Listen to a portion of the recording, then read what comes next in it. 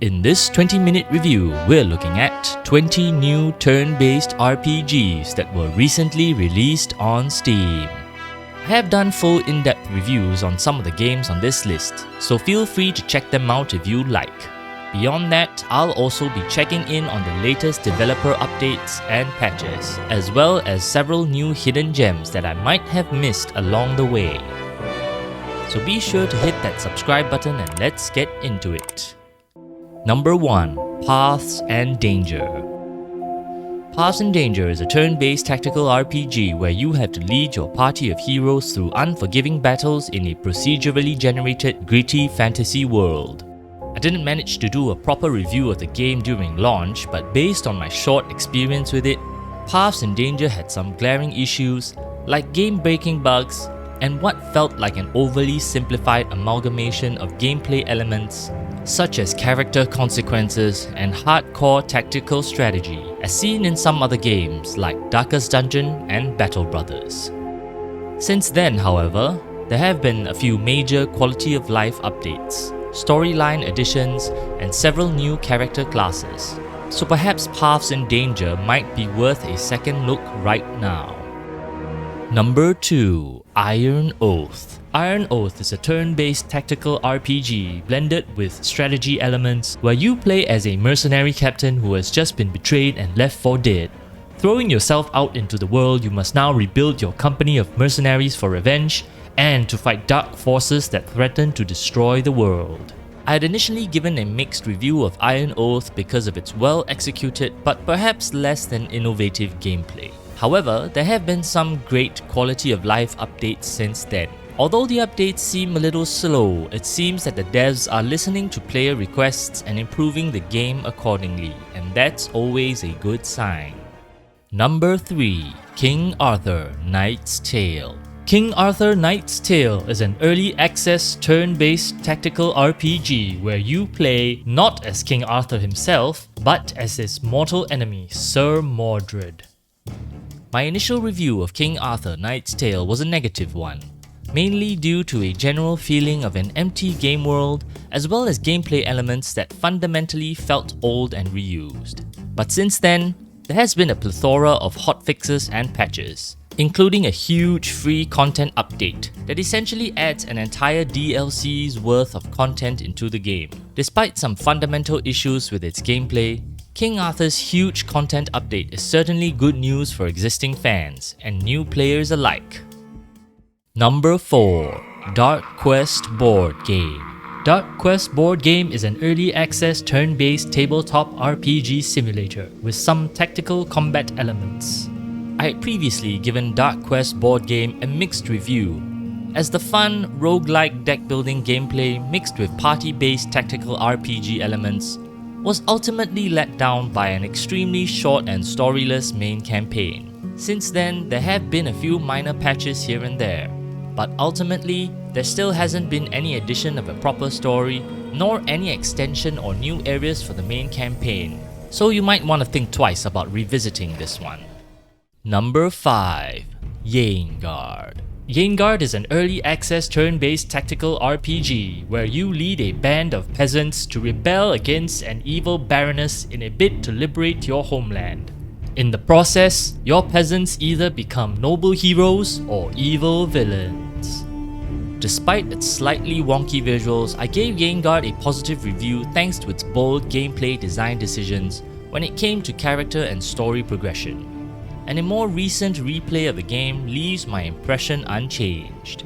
In fact, there have been a multitude of patches and updates that address some of the much needed quality of life issues, such as detailed tooltips, as well as an information glossary when it comes to skills and character traits.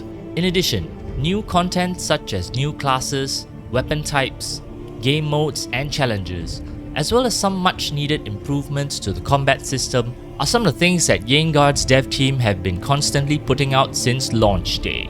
So if you haven't, you might want to check Yaengard out.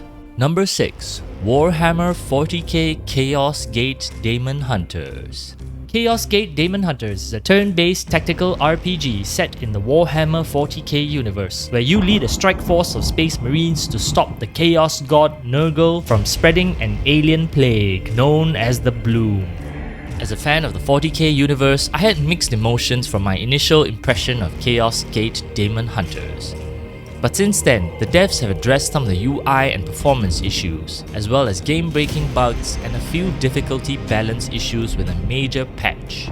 And while this has definitely improved the gameplay experience, a lot of the maps still feel overly large and empty, and fundamentally, some parts of the game still felt repetitive at best. But depending on what you're looking for, this could be well worth a second look. Number 7. Citizen Sleeper. Citizen Sleeper is a story-heavy CRPG where you play as a cyborg known as a sleeper who wakes up on a populated but derelict space station, working, exploring, and hopefully discovering your identity and eventually escaping to a better life. Citizen Sleeper opened to near unanimous critical acclaim when it first launched in May of 2022. But what's more, a total of 3 new and free content updates have been announced, with the first of them coming as an entirely new story episode. So that's definitely great news for existing fans and new players alike. Citizen Sleeper may not be for everyone, but if you enjoy a slow-paced and immersive, story-heavy CRPG, then you definitely need to check it out right now. Number 8. Songs of Conquest. Songs of Conquest is an early access turn-based tactical strategy game reminiscent of the classic Heroes of Might and Magic series, with a few modern twists thrown into the mix. Songs of Conquest was generally met with positive reviews at launch, thanks to its contemporary gameplay mechanics that are easy to learn but difficult to master, packaged as a nostalgic love letter to the classic 90s and 2000s games. Despite that, many players expressed issues with regards to the turn-based pacing and balance when it came to multiplayer games.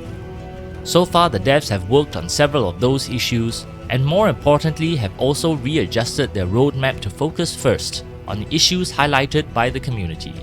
If anything, it's great that they're listening to their player base and making gradual improvements to the game based on that feedback.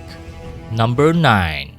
Brigandine, The Legend of Runercia. Brigandine, The Legend of Runercia is the sequel to 1998's Brigandine, The Legend of Forsenna, a turn-based tactical RPG where you recruit an army, strategize, and fight to conquer the land for your chosen kingdom. I didn't manage to do a full review of the game, but in my limited experience, the game has loads of content, with each faction campaign easily taking up many hours of gameplay.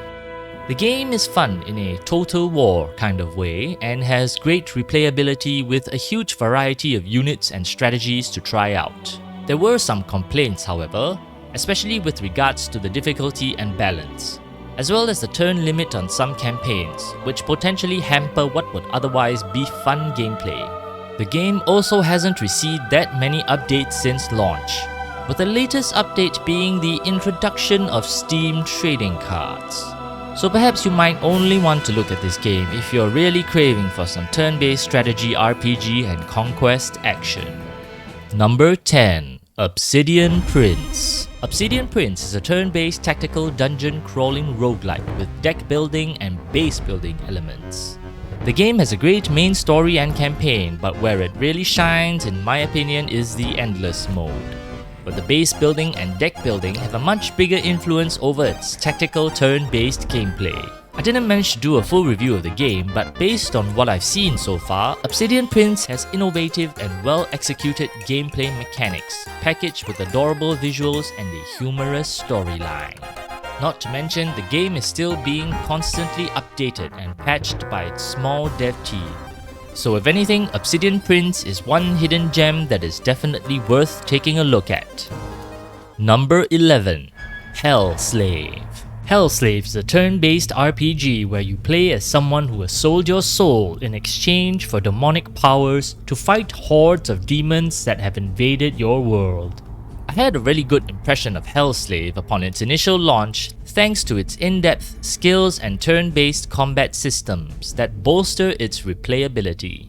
But I was also aware of some of the complaints made by its player base, namely the lack of loot variety, as well as a very short and linear 5-hour-long main campaign.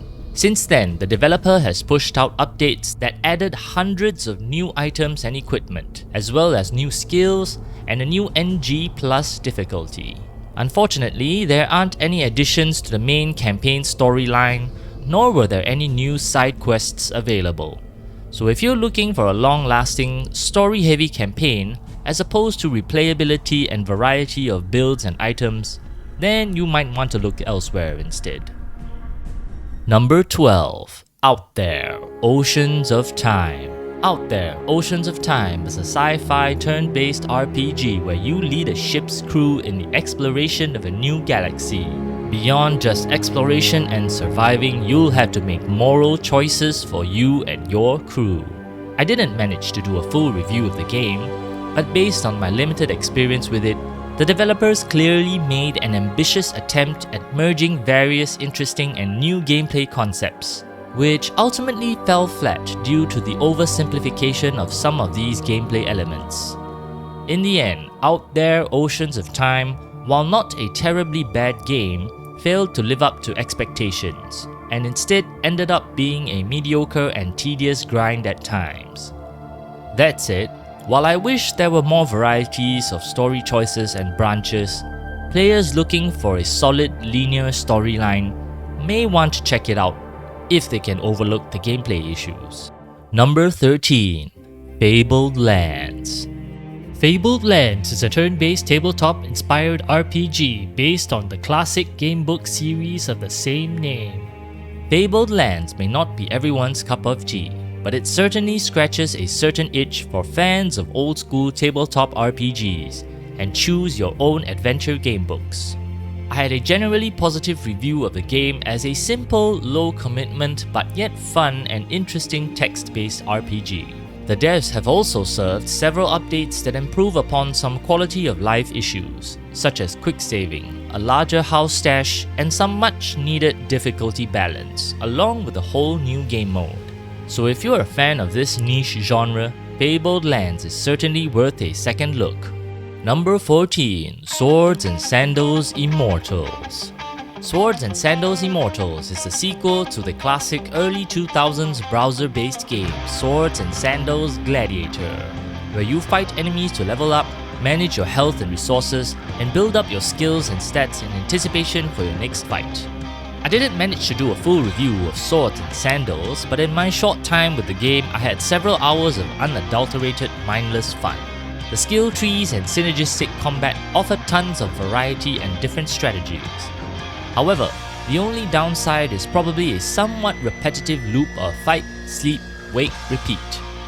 There also isn't much of a story to speak of, but if you're just looking for casual turn-based, low-commitment fun, then this might just be the game for you. Number 15. The Sargosian Abyss.